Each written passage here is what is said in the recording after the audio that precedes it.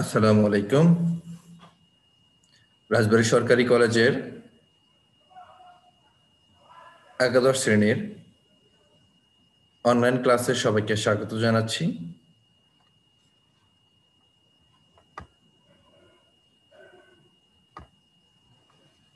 আশা করি করোনাকালীন এই সময়ে শিক্ষার্থীরা তোমরা সকলেই ভালো আছো, সুস্থ আছো এবং নিরাপদে আছো। সেই সাথে তোমরা তোমাদের নিয়মিত লেখাপড়া চালিয়ে যাচ্ছ। আমরা আশা করছি খুব তাড়াতাড়ি তোমাদের প্রথম সাময়িক পরীক্ষা গ্রহণ করব। এজন্য আমাদের অত্র কলেজের অভিভাবক শ্রদ্ধেয় অধ্যক্ষ মহোদয় প্রফেসর মোহাম্মদ মুস্তাফিজুর রহমান স্যার ইতিমধ্যেই একটি নোটিশ দিয়েছেন এবং আমরা তোমাদের অনলাইনে ক্লাসগুলো পরিচালনা করছি। আশা করি তোমরা সেগুলো অনুসরণ করে তোমাদের লেখাপড়ার কার্যক্রম চালিয়ে যাচ্ছ। তোমাদের সাথে আছি আমি কে এম আজাদুর রহমান, প্রভাষক, হিসাব বিজ্ঞান বিভাগ, রাজবাড়ী সরকারি কলেজ, রাজবাড়ী। শিক্ষার্থীরা, গত ক্লাসে তোমাদের সাথে আমরা আলোচনা করেছিলাম অংশীদারি ব্যবসা সম্পর্কে। আমরা আলোচনা করেছিলাম কিছু থিওরিটিক্যাল বিষয় আমরা আলোচনা করেছিলাম।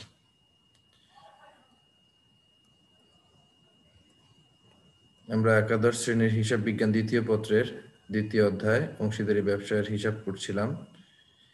আমরা এখান থেকে কি কি শিখবো সেটা দেখিয়েছিলাম।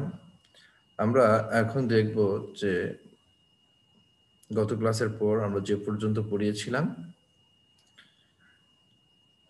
সেখান থেকে আমরা দেখছি আমরা অংশীদারি হিসাবের কি কি হিসাব নিকাশ করে থাকি। প্রথমে আসে লাভ লোকসান আবন্টন হিসাব বা লাভ লোকসান বন্টন হিসাব। এই হিসাবের মাধ্যমে অংশীদারি ব্যবসায়ের নিট লাভের অর্থ অংশীদারদের মধ্যে চুক্তি অনুযায়ী আমরা বন্টন করে দিই। অর্থাৎ যে হিসাবের মাধ্যমে অংশীদারদের মধ্যে মুনাফার টাকা, নেট লাভের অংশ টাকা বা নেট লাভটা অংশীদারদের মধ্যে চুক্তি অনুযায়ী বন্টন করা হয়, তাকে আমরা লাভ লোকসান আবন্টন হিসাব বলি। এই আবন্টন হিসাবের মাধ্যমে অংশীদার ব্যবসা প্রতিষ্ঠানের মধ্যে সংঘটিত সকল প্রকার দেনা পাওনা সংক্রান্ত লেনদেন সমন্বয় সাধন করে থাকে। আবার বলছি, এই হিসাবের মাধ্যমে অংশীদারগণ ব্যবসায়ের মধ্যে সংঘটিত সকল প্রকার দেনা পাওনা সংক্রান্ত লেনদেনের সমন্বয় সাধন করে থাকে। তাছাড়া লাভ লোকসান হিসেবে প্রয়োজনীয় কোনো সমন্বয় যদি ভুল ক্রমে বাদ পড়ে যায়, সেটাও এখানে আমরা সংশোধন করে দিই বা অন্তর্ভুক্ত করে দিই। মূলত লাভ লোকসান আবন্টন হিসাবটা প্রস্তুত করা হয় আমাদের অংশীদারদের মধ্যে অর্জিত মুনাফাটা বন্টন করে দেওয়ার জন্য। কোনো কারণে যদি আমি লাভ ক্ষতি হিসাবে অর্থাৎ লাভ লোকসান হিসাবে আমার কোনো হিসাব কোনো সমন্বয় বাদ পড়ে যায়, সেটাও আমরা লাভ ক্ষতি আবন্টন হিসাবে অন্তর্ভুক্ত করে রাখি। ফর এক্সাম্পল, আমি বেতন প্রদান করার কথা কর্মচারীকে, যদি সেটি যখন লাভ ক্ষতি হিসাব প্রস্তুত করলাম আমি সেই বেতনের অর্থটি সেখানে সমন্বয় করতে ভুল করে ফেলেছি বা ওখানে বাদ পড়ে গেছে, যেহেতু বাদ পড়ে গেছে সেটি আমরা লাভ ক্ষতি আবন্টন হিসাবে দেখাতে পারবো। কোনো অংশীদার যদি ব্যবসা থেকে পণ্য উত্তোলন করে, সেটা আমরা এখানে কি করব, অ্যাডজাস্ট করে নিব। আরো অন্যান্য যে কোনো বিষয় যদি আমাদের লাভ ক্ষতি হিসাবে বাদ পড়ে যায়, আমরা আবন্টন হিসাবে দেখাবো এবং অংশীদারদের যাবতীয় দেনা পাওনা এখান থেকে নিষ্পত্তি। কি কি বিষয় এখানে অন্তর্ভুক্ত আছে? অংশীদারদের বেতন। কোন অংশীদার যদি ব্যবসা প্রতিষ্ঠান পরিচালনায় অংশগ্রহণ করে তাহলে অবশ্যই তাকে বেতন দিতে হবে। অংশীদারদের কমিশন, অংশীদারদের যে চুক্তি অনুযায়ী মূলধনের উপর সুদ দেওয়ার চুক্তি থাকে তাদের সুদ প্রদান করতে হবে এবং এই বিষয়গুলো আমাদের অংশীদারদের লাভ ক্ষতি আবন্টন বা লাভ লোকসান আবন্টন হিসেবে আমরা ডেবিট দিকে দিব, অর্থাৎ নেট লাভ থেকে বাদ দিব। নেট লাভটা হবে ক্রেডিট দিকে। আর অংশীদারের নিকট হতে কারবারের যদি কোনো পাওনা থাকে, যেমন সে পণ্য উত্তোলন করলে সে নগদ টাকা যদি উত্তোলন করে, সে উত্তোলনের উপর যদি সুদ ধরার কোনো বিধান থাকে, অর্থাৎ চুক্তিতে যদি উল্লেখ থাকে যে উত্তোলন করলে উত্তোলনের উপর সুদ ধার্য করা হবে, তাহলে সেই অর্থের টাকাটাও আমরা কি করব, সমন্বয় করব। এবং এই উত্তোলনের সুদ, পণ্য উত্তোলন, এই বিষয়গুলো আমরা ক্রেডিট দিকে বসাবো, অর্থাৎ আমরা নেট লাভের সাথে একটু যোগ করে দিব। এরপরে আমরা এই বিষয়গুলো অ্যাডজাস্ট করার পর দেখবো ব্যবসা প্রতিষ্ঠানে মুনাফা কত টাকা রইল। এটাই, যে পরিমাণ মুনাফা আমাদের ব্যবসা প্রতিষ্ঠানে এখন অবশিষ্ট থাকলো, সেটাই অংশীদারদের মধ্যে আমরা বন্টন করব। এর প্রাপ্য অংশীদারগণ, এবং অংশীদারগণের মধ্যে তাদের প্রাপ্য মুনাফার অংশ আমরা চুক্তি অনুযায়ী, অর্থাৎ কোন অনুপাতে চুক্তি আছে যে মুনাফা কিভাবে বন্টন করা হবে, চুক্তিতে উল্লেখ আছে, সেই অনুপাতে আমরা বন্টন করে দিব। যদি এ জাতীয় কোনো চুক্তি না থাকে, তাহলে আমরা মুনাফাটা সমান অংশে ভাগ করে দিব। এবং কারবারের বন্টনযোগ্য মুনাফা নির্ণয়ের পর চুক্তি অনুযায়ী ইহা অংশীদারদের মধ্যে বন্টন করা হচ্ছে লাভ লোকসান আবন্টন হিসাবের প্রধান উদ্দেশ্য। অংশীদারদের মূলধন হিসাব চলতি হিসাবের উদ্বৃত্ত নির্ণয় করতে গেলে লাভ লোকসান আবন্টন হিসাব সহায়তা প্রয়োজন। আমাদের যদি বলা হয় যে স্থির পদ্ধতিতে মূলধন হিসাব প্রস্তুত করতে বলুক আর পরিবর্তনশীল পদ্ধতি বলুক, যে পদ্ধতি বলুক না কেন, অংশীদারদের মূলধন হিসাব প্রস্তুত করতে এবং চলতি হিসাব প্রস্তুত করতে আমাদের অবশ্যই লাভ লোকসান আবন্টন হিসাবের প্রয়োজন। কারণ লাভ লোকসান আবন্টন যদি না থাকে, আমার কোন অংশীদার কতটুকু মুনাফা পাবে, বেতন ভাতা কতটুকু পাবে, মূলধনের সুদ, উত্তোলনের সুদ, এই বিষয়গুলো আমাদের স্পষ্ট থাকবে না। সে কারণে আমাদের লাভ ক্ষতি আবন্টন হিসাবটা প্রস্তুত প্রয়োজন। এখানে বলা আছে, কারণ লাভ লোকসান আবন্টন হিসাবে বিভিন্ন তথ্য দিই, যেমন অংশীদারদের বেতন, কমিশন, মূলধনের সুদ, মুনাফা, উত্তোলনের সুদ, পণ্য উত্তোলন ইত্যাদি মূলধন হিসাবে এবং চলতি হিসাবে স্থানান্তর করা হয়। তাই অংশীদারদের মূলধন হিসাব ও চলতি হিসাবের উদ্বৃত্ত নির্ণয়ে সহায়তা করাও আবন্টন হিসাবের উদ্দেশ্য। আমরা আসি লাভ ক্ষতি আবন্টন হিসাবে আমরা কিভাবে প্রস্তুত করব। লাভ লোকসান হিসাব হতে প্রাপ্ত, আমরা একটা নেট লাভ পাবো লাভ লোকসান হিসাব হতে, সেই লাভ লোকসান হিসাব থেকে নেট লাভটা আমরা নিয়ে যাব লাভ লোকসান হিসাবে, আবন্টন হিসাবে নিয়ে যাব, সেটি বসাবো আমরা ক্রেডিট দিকে। কোন দিকে বসাবো? ক্রেডিট দিকে বসাবো। এরপর চুক্তি অনুযায়ী যদি অংশীদারদের কোনো পাওনা থাকে, যেমন অংশীদারদের মূলধনের সুদ দিতে হয়, কোন অংশীদার যদি ব্যবসা পরিচালনার জন্য কমিশন বা বেতন পায়, অংশীদাররা যদি কোনো ঋণ প্রদান করে তার উপর সুদ দিতে হবে, এই সবগুলো বিষয় আমরা ডেবিট দিকে বসাবো। আর ক্রেডিট দিকে যাবে, যদি পণ্য উত্তোলন করে সেই পণ্য উত্তোলনটা ক্রেডিট দিকে বসাবো। নগদ উত্তোলন যদি থাকে, সেই নগদ উত্তোলন এর উপর যে সুদ ধরার বিধান থাকে, চুক্তিতে উল্লেখ থাকে যে সুদ ধরতে হবে, তাহলে সেই সুদের অর্থটা আমরা ক্রেডিট দিকে বসাবো।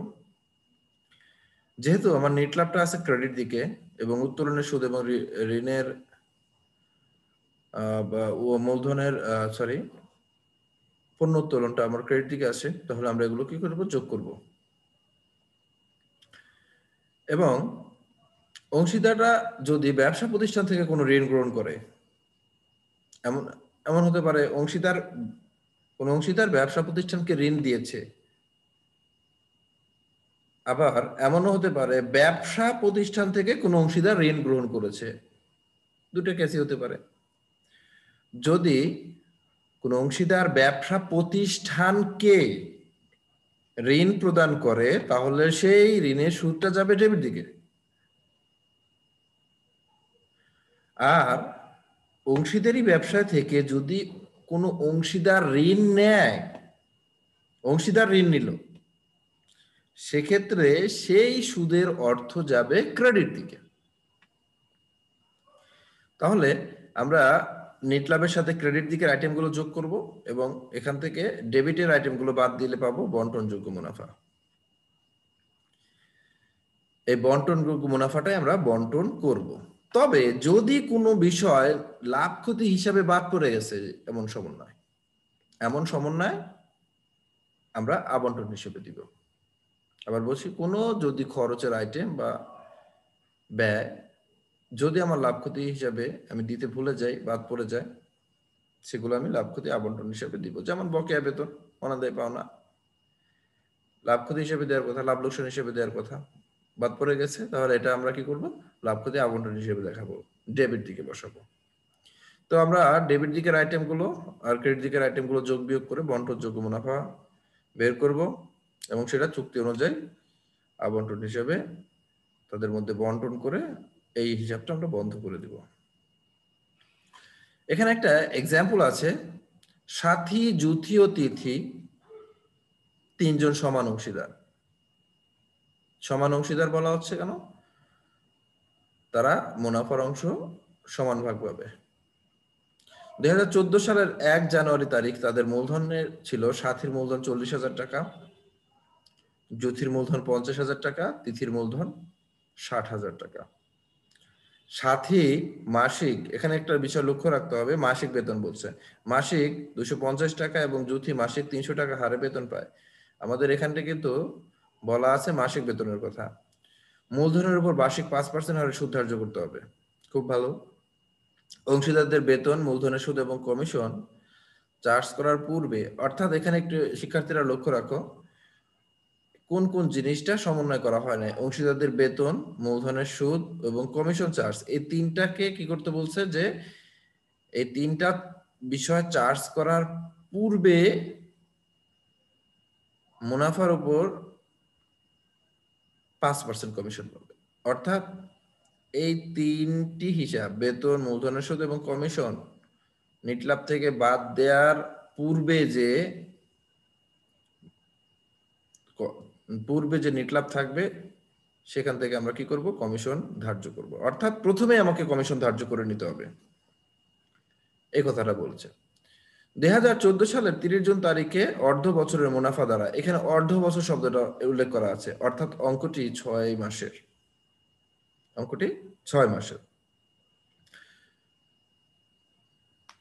এরপরে বলছে যে এখানে একটু মিস্টেক আছে, হয়তো অর্ধ বছরের মুনাফা হবে না, এক বছরের। 2014 সালের 31 ডিসেম্বর তারিখে ব্যবসার লাভ ক্ষতি হিসাব এবং অংশীদার মূলধন হিসাব। এখানে মুনাফাটা আমাদের অর্ধ বছর না, এক বছরই দেয়া আছে। তো আমরা এক বছর ধরে অঙ্কটা করব শিক্ষার্থীরা। তো আমরা চলে আসি লাভ ক্ষতি আবন্টন হিসেবে। খুব সহজ একটা অঙ্ক। প্রথমে আমরা একটা ছক কাটবো। প্রতিষ্ঠানের নাম হবে সাথী, যুথি এবং তিথি, অর্থাৎ অংশীদারদের নাম অনুযায়ী নাম হবে। আমার লাভ ক্ষতি আবন্টন হিসাবে হেডিং দিব এবং আমরা কত তারিখে সেটি প্রস্তুত করছি সেটা দিব। 2014 সালে 30 জুন তারিখে সমাপ্ত অর্ধ বছরের জন্য। তাহলে আমরা এটা 6 মাসের হিসাব করলাম। এখানে ভুলটা হচ্ছে আমাদের এই জায়গায়, যেটা 30 ডিসেম্বর হবে না, 30 জুন হবে। এরপরে আসি, তাহলে আমরা যেটা বলেছিলাম লাভ ক্ষতি আবন্টন হিসাবে এটি একটা ছক। আমরা এই ছকের ডান দিকে অর্থাৎ ক্রেডিট দিকে আমরা এবছরের যে নেট লাভ আসবে, চলতি বছরের নেট লাভ, সেই নেট লাভটা আমরা দিয়ে দিব। অর্থাৎ আমাদের বলা ছিল এবছরের নেট লাভ হচ্ছে 17,000 টাকা, 6 মাসের নেট লাভ, দুঃখিত, 6 মাসের নেট লাভ হচ্ছে 17,000 টাকা। আমরা নেট লাভটা 17,000 টাকা ক্রেডিট দিকে বসালাম। দেখি আমাদের আর কি কি আইটেম ওখানে ছিল। প্রথম ছিল হচ্ছে আমাদের 1, কমিশন দিতে হবে, 2, বেতন দিতে হবে, মূলধনের সুদ, এই তিনটি, কমিশন, বেতন আর মূলধনের সুদ। তাহলে আমরা দেখি কোনটা কি দিব। প্রথম হচ্ছে অংশীদারদের মূলধন হিসাব। অংশীদারদের মূলধন হিসাব লিখবো। কেন মূলধন হিসাব লিখবো শিক্ষার্থীরা, তোমাদের বলি, এই কথাগুলো আমার বারবার আসবে, অংশীদারদের মূলধন হিসাব, অংশীদারদের মূলধন হিসাব, অংশীদারদের মূলধন হিসাব, অংশীদারদের মূলধন হিসাব।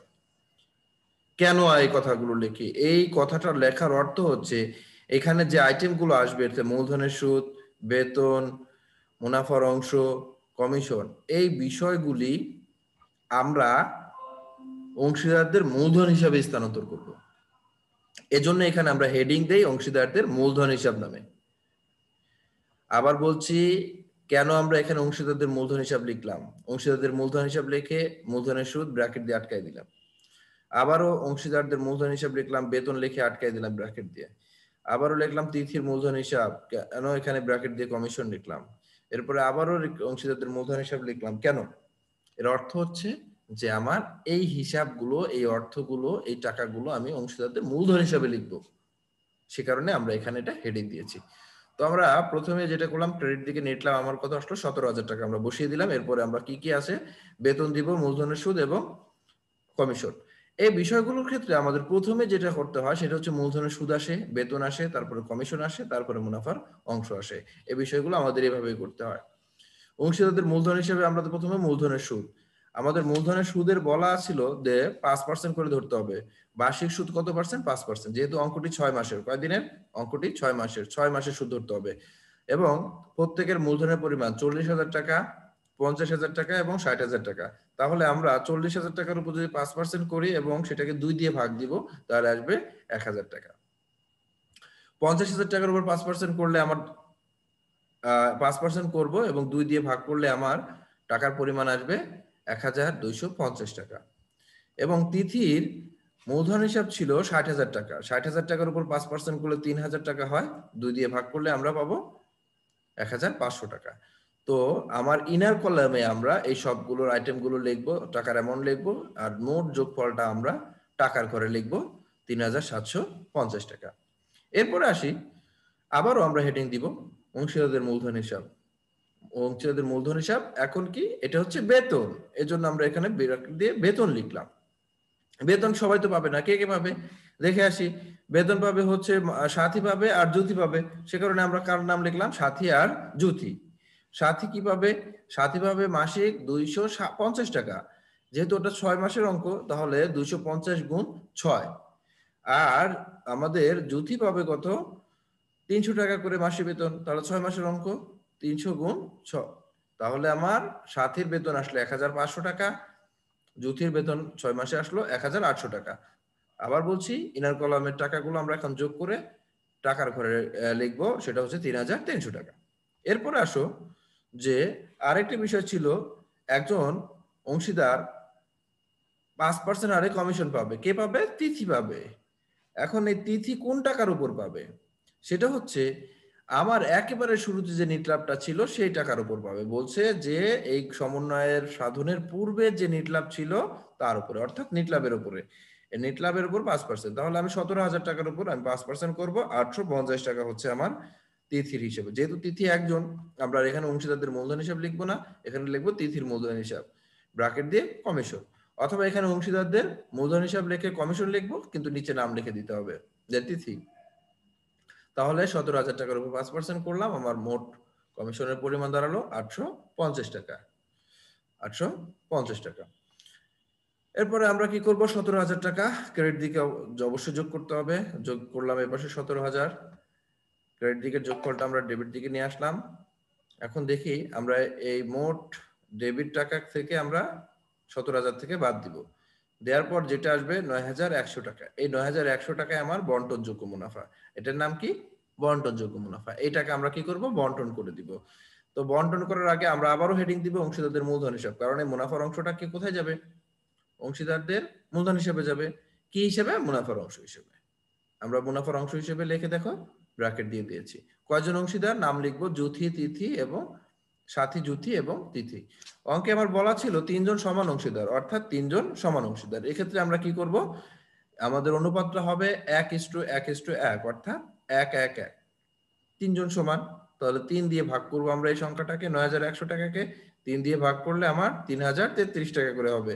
3,033 টাকা, 3,033 টাকা, 3,033 টাকা হয়, কিন্তু আমাদের মেলানোর জন্য আমরা কি করব? একজনকে 1 টাকা বেশি দিয়ে দিব। তাহলে আমার মিলে গেল 9,100 টাকা। এই ছিল আমাদের লাভ ক্ষতি আবন্টন হিসাব বা লাভ লোকসান আবন্টন হিসাব। এরপরে বলেছে আমাদের অংশীদারদের মূলধন হিসাব প্রস্তুত করো। অংশীদারদের মূলধন হিসাব প্রস্তুত করো, এটা একটা খতিয়ান। তাহলে খতিয়ানের যে আমাদের টিচক ছিল সেরকমই আমরা খতিয়ান করে দিব। তাহলে আমাদের কার কার? সাথী, জ্যোতি, তিথি, এটা প্রতিষ্ঠানের নাম। সাথী, জ্যোতি এবং তিথি। অনেক সময় মেসার্স অমুক ট্রেডার্স এভাবে নাম, যেভাবে নাম থাকবে সেভাবে দিবে। অংশীদারদের মূলধন হিসাব, আমরা অংশীদারদের মূলধন হিসাবে কি কি আসবে, ডেবিট সাইড এবং ক্রেডিট সাইড।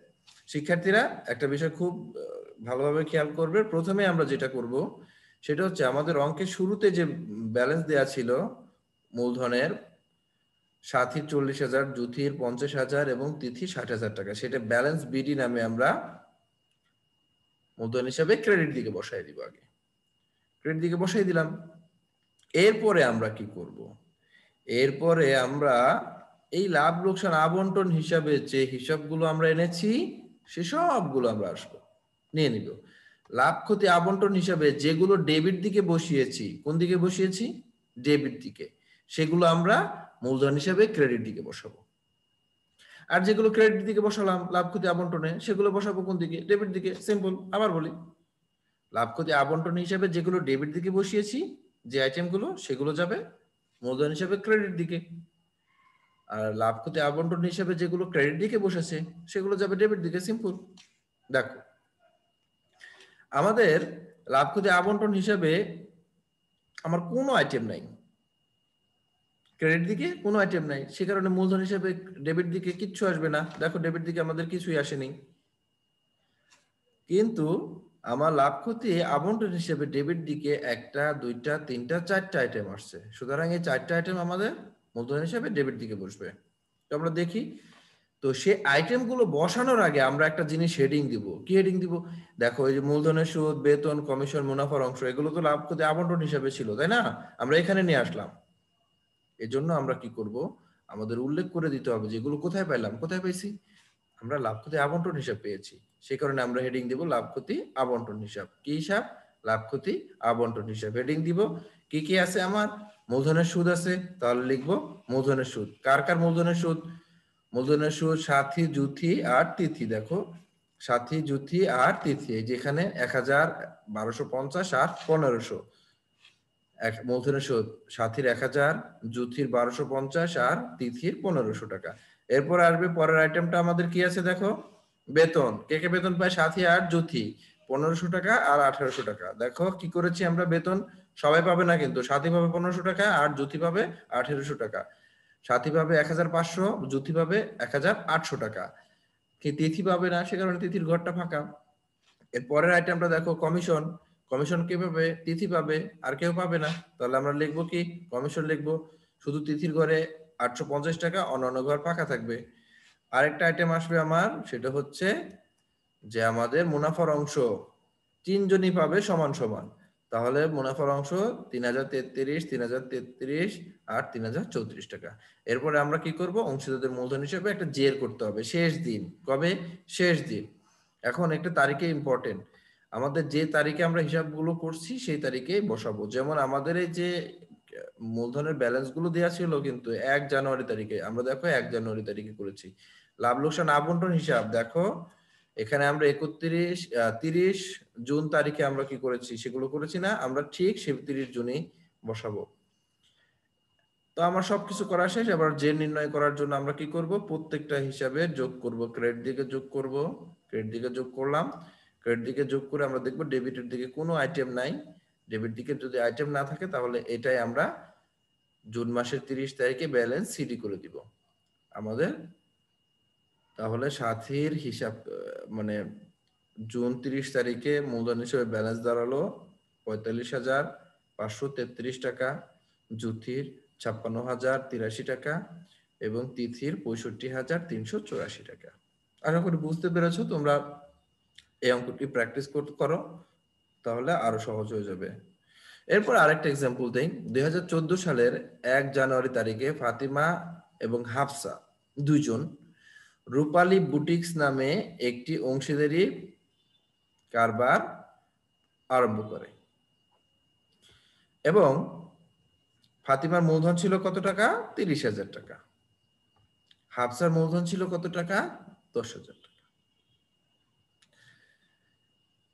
এবং এই দুজনের এই মূলধন নিয়ে ব্যবসা আরম্ভ করলো, ভালো কথা। মুনাফার অনুপাত 3:1। এখানে কিন্তু মুনাফার অনুপাতটা 3:1 বলে দিয়েছে। হাফসা মাসিক বেতন পাবে কত টাকা? 800 টাকা। এবং সে কারবার হতে এখনো উঠিয়ে নেয়নি, এখানে লক্ষ্য রাখতে হবে সে কিন্তু টাকাটা এখনো ব্যবসা প্রতিষ্ঠান থেকে উঠায় নিয়ে যায়নি। সারা বছর কারবার হতে ফাতিমা 2,000 টাকা এবং হাফসা 3,000 টাকা পণ্য উত্তোলন করে, টাকা উত্তোলন করে, দুঃখিত, টাকা উত্তোলন করে। মূলধন এবং উত্তোলনের উপর 5% হারে সুদ ধার্য করতে হবে, সুদ ধারার কথা বলে দিচ্ছে। ফাতিমা এবং হাফসার উত্তোলনের উপর যথাক্রমে 50 টাকা এবং 60 টাকা সুদ ধার্য করা হয়। দেখো, মূলধন এবং উত্তোলনের উপর 5% হারে সুদ ধার্য হবে। ফাতিমা এবং হাফসার উত্তোলনের উপর আমাদের উত্তোলনের উপর যথা 50 টাকা এবং 70 টাকা সুদ ধার্য করা হয়। উপরোক্ত সমন্বয়গুলো সাধন করার পূর্বে 2014 সালের 31 ডিসেম্বর তারিখে ব্যবসার নিট লাভ দাঁড়ায় 25,000 টাকা। এখন আমরা গত ক্লাসে বলেছিলাম আমাদের মূলধন হিসাব প্রস্তুত করার দুইটি পদ্ধতি আছে, একটা পরিবর্তনশীল মূলধন পদ্ধতি, একটা হচ্ছে স্থির। পরিবর্তনশীল মূলধন পদ্ধতিতে আমরা এই অঙ্কটা করলাম, এই অঙ্কটা করেছি পরিবর্তনশীল মূলধন পদ্ধতি। এখানে মূলধনের সাথে আমার লাভ, অংশীদারদের বেতন, কমিশন, মূলধনের সুদ, মুনাফার অংশ, উত্তোলনের সুদ সব বিষয় আসে।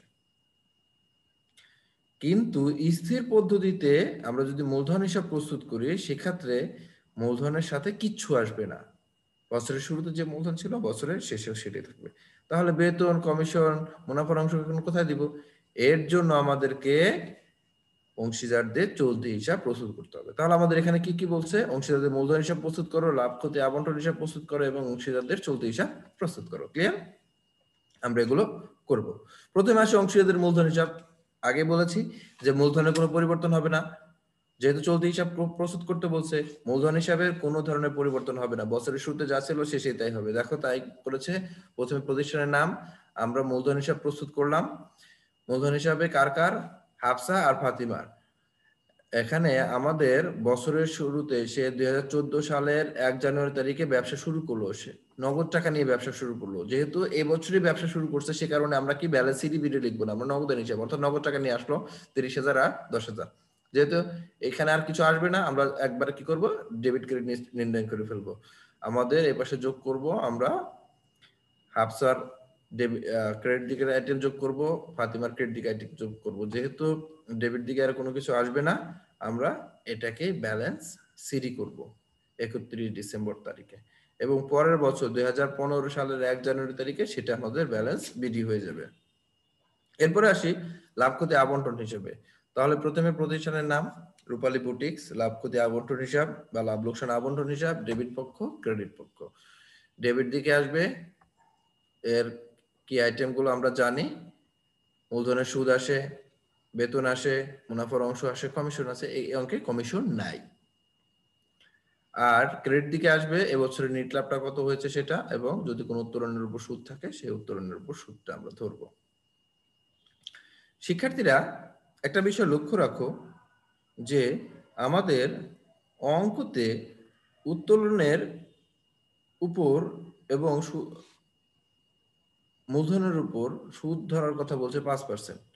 পরবর্তীতে আমাদের বলে দিছে উত্তোলন এবং মূলধনের উপর কত টাকা সুদ?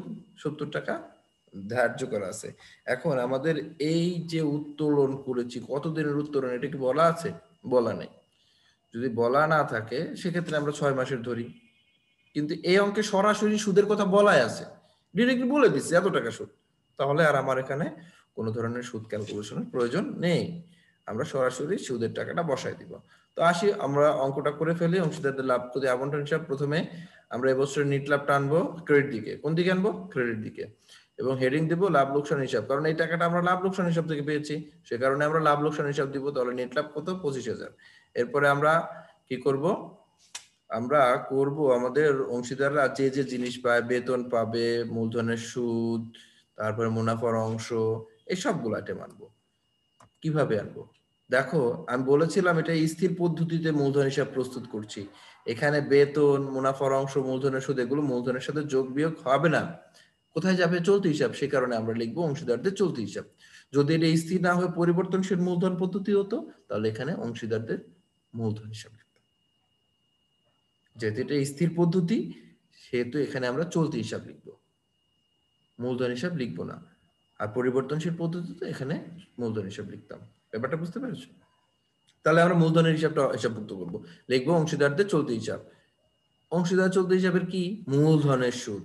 ওকে, কে কে পাবে? আমাদের অংশীদার দুইজন আছে, ফাতিমা আর হাফসা। এখানে বলা আছে কত টাকা?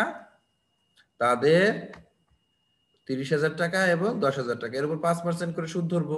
তাহলে 5% করে সুদ ধরলে 30,000 টাকার উপরে হয় 1500 টাকা, ফাতিমার 1,500 টাকা এবং হাফসার 10,000 টাকার উপর 5% করলে হয় 500 টাকা সুদ, মোট 2,000 টাকা।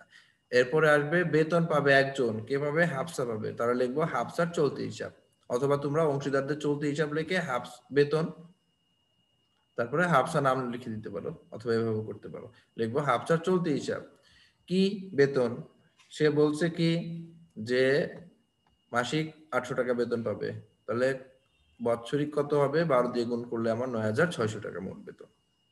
আমাদের এখানে আর কিছু নাই, আমরা কি করব? ক্রেডিট দিকে যাব। উত্তরণের একটা সুদ আছে, সেটা হিসাবভুক্ত করে আসি। আমরা লিখবো অংশীদারদের চলতি হিসাব। কি লিখবো? অংশীদারদের চলতি হিসাব। উত্তরণের সুদ আমরা লিখে ব্র্যাকেট দিব, কে কে? ফাতিমা আর হাফসা। ফাতিমার উত্তরণের সুদ 50 টাকা, হাফসা 70 টাকা, মোট 120 টাকা। এরপরে আমরা কি করব? বন্টনযোগ্য মুনাফা নির্ণয় করব। বন্টনযোগ্য মুনাফা নির্ণয়ের জন্য আমাদের কাজটা হবে, বন্টনযোগ্য মুনাফা নির্ণয়ের আমাদের কাজটা হবে মোট ক্রেডিট টাকা, অর্থাৎ এই নেট লাভের টাকার সাথে আমার 120 টাকা যোগ করলে 25,120 টাকা হয়। ঠিক ক্রেডিট দিকের আইটেমটা আমরা ডেবিট দিকের যোগফলও দিয়ে দিব। এখন এখান থেকে আমরা কি করব? 2,000 টাকা এবং 9,600 টাকা 25,120 টাকা থেকে বাদ দিব। বাদ দিলে আমাদের থাকবে 13,520 টাকা। এটাই আমার বন্টনযোগ্য মুনাফা, এটাই বন্টনযোগ্য মুনাফা। এটাকে আমরা কি করব? বন্টন করে দিব। লিখবো কি? অংশীদারদের চলতি হিসাব। অংশীদারদের চলতি হিসাব কি? মুনাফার অংশ। কে কে পাবে? ফাতিমা আর হাফসা। খুব ভালো কথা। কত অংশীদার? 3:1। তাহলে 3 আর 1 যোগ করে দিব। এই মুনাফা বন্টনের ক্ষেত্রে আমরা যে কাজটা করব, 3:1 আছে না, 3:1। তাহলে 3 আর 1 যোগ করলে 4। এই 13,520 টাকাকে 4 দিয়ে ভাগ করব। আর ফাতিমার অংশ কত? 3 না, 3 দিয়ে গুণ করব। আবার বলছি কিভাবে বন্টন করব। অনুপাত, যেটা যে অনুপাতগুলো দেয়া আছে এখানে দেখো, অনুপাত দেয়া আছে 3:1। তাহলে 3 আর 1 যোগ করব, 4 হবে। তোমরা ক্যালকুলেটর নিয়ে দেখো, 3 আর 1 এই অনুপাত যোগ করব। যোগ করার পর আমার মোট বন্টনযোগ্য মুনাফা 13,520 টাকা। এটাকে 4 দিয়ে ভাগ করব। 4 দিয়ে ভাগ করে ফাতিমার অনুপাত কত? 3।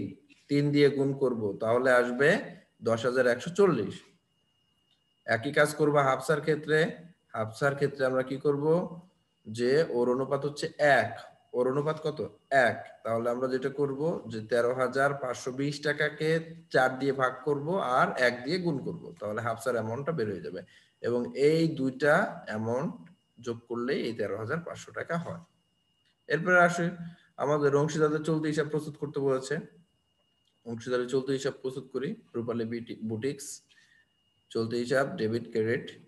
আমরা ডেবিট দিকে তারিখ বিবরণ, দুজন অংশীদারদের, যে কয়জন অংশীদার থাকে তাদের প্রত্যেকের জন্য আলাদা আলাদা ঘর, তারিখ বিবরণ, অংশীদারদের জন্য টাকার অ্যামাউন্টের আলাদা আলাদা ঘর। প্রথমে আসবে যে এখানে যেহেতু মূলধন হিসাব প্রস্তুত করতেছি না, ব্যালেন্স আসার কোনো প্রশ্ন নাই। সরি, ব্যালেন্স আসবে যদি এটা প্রিভিয়াস ইয়ারের হয়, কারণ এই ব্যবসা প্রতিষ্ঠান নতুন, সে কারণে এর আগের বছরের কোনো চলতি হিসাবের ব্যালেন্স নাই, আগের বছরের অংশীদারদের কোনো দেনা পাওনা নাই, সে কারণে এখানে কোনো ব্যালেন্স সিরিজ বিডি আসলো না। সরাসরি আমরা কি করলাম, লাভ ক্ষতি আবন্টন হিসাবের যে আইটেমগুলো ডেবিট দিকে ছিল সেগুলো আমরা ক্রেডিট দিকে বসাবো, আর যে আইটেমগুলো ক্রেডিট দিকে ছিল সেগুলো ডেবিট দিকে বসাবো। আসি, কোথা থেকে আনছি? লাভ ক্ষতি আবন্টন হিসাবে কি কি আছে এখানে? লাভ ক্ষতি আবন্টন হিসাবে মূলধনের সুদ, বেতন আর মুনাফার অংশ। দেখো, মূলধনের সুদ, বেতন আর মুনাফার অংশ। কার কত মূলধনের সুদ ছিল? 1,500 টাকা ছিল, আর হাফসার ছিল, ফাতিমার ছিল 1,500 টাকা, হাফসার ছিল 500 টাকা। দেখো, মূলধনের সুদ 1,500 আর 500। বেতন কার ছিল? হাফসার বেতন ছিল 9,600। দেখো, হাফসার বেতন 9,600। মুনাফার অংশ কে কত পায়? ফাতিমা পায় 10,140 আর হাফসা পায় 3,380। মুনাফার অংশ ঠিক একইভাবে আমরা বসিয়ে দিলাম। এরপরে আসি, দেখি তো আমাদের ডেবিট দিকে কোনো কিছু আইটেম ছিল নাকি। হ্যাঁ, ডেবিট দিকে ছিল, উত্তোলনের সুদ ছিল। তাহলে উত্তোলনের সুদটা আমরা হিসাবভুক্ত করব। কোথা থেকে আনবো উত্তোলনের সুদটা? লাভ ক্ষতি আবন্টন হিসাবে। এই যে লাভ ক্ষতি আবন্টন হিসাবে উত্তোলনের সুদ লিখছি না, সে কারণে এখানে হেডিং দিলাম লাভ ক্ষতি আবন্টন হিসাবে। কি? উত্তোলনের সুদ। ফাতিমার 50 টাকা আর হাফসার 50 টাকা। এখন আমাদের ডেবিট ক্রেডিট দুই পাশে লেখা হয়ে গেছে, আমরা ব্যালেন্স করব। ব্যালেন্স করার জন্য আমরা যেটা করব, প্রথমে ফাতিমারটা নেব। ফাতিমার ক্রেডিট দিকের আইটেমে যোগ করলে হবে 11,640 টাকা। এই আইটেমটা আমরা কি করব, ডেবিটের টাকার ঘরে বসাবো। টাকার ঘরে বসিয়ে এখানে আমাদের একটা জিনিস, উত্তোলন কত আছে, সে উত্তোলনের টাকাটা আমাদের আসবে। আমরা দেখো অঙ্কে একটা কথা আছে, সারা বছর ধরে ফাতিমা কত টাকা উত্তোলন করছে? 2,000, আর হাফসা 3,000 টাকা উত্তোলন করছে। তো এই টাকার অ্যামাউন্টটা আমাদেরকে বসাতে হবে। এই টাকার অ্যামাউন্ট কিন্তু তারিখ কবে দিব? তারিখ আমরা জানি না কবে উত্তোলন করেছিল, সে কারণে আমরা 31 ডিসেম্বর তারিখ দিয়ে 2,000 টাকা ফাতিমা আর 3,000 টাকা হাফসার। এখন আর কোনো আইটেম নেই। তাহলে উত্তোলন আসলো, উত্তোলনের সুদ আমরা লাভ ক্ষতি আবন্টন হিসাবে মূলধনের সুদ, বেতন, মুনাফার অংশ সবকিছু এখানে দিলাম। আমরা ব্যালেন্স করব। তোমরা তো ব্যালেন্স করা জানোই। ক্রেডিট দিকের আইটেমটা আগে যোগ করবে, যোগ করে ঠিক ডেবিট দিকে বসাবা। অন্যান্য যে টাকার অ্যামাউন্ট গুলো আছে সেখান থেকে বাদ দিলে ব্যালেন্স সিডিবিডি হয়ে যাবে। এখানে যে ব্যালেন্স সিডি হবে তা পরের বছরের প্রথম তারিখে সেটা ব্যালেন্স বিডি থাকবে। আশা করি শিক্ষার্থীরা তোমরা এই গাণিতিক সমস্যাটা বুঝতে পেরেছো। যদি বুঝতে না পারো, যেহেতু এটি ভিডিও হিসেবে ইউটিউবে আছে এবং আরসিএনেও দেখাবে, আর এটি ভিডিও হিসেবেও থেকে যাবে, তোমরা পরবর্তীতে এটি আবার দেখতে পারবে, তোমাদের জন্য সুবিধা হবে। আমরা উত্তোলনের সুদ দেয়া আছে যে 5% হারে উত্তোলন গণনা করতে হবে, উত্তোলনের সুদ গণনা। যেমন আমার মূলধনের সুদ কিভাবে গণনা করলাম, ফাতিমার 30,000 টাকার উপর। জাস্ট এটা আমরা মূলধনের সুদ, উত্তোলনের সুদ কিভাবে আমরা হিসাব করব তার একটা নমুনা আছে।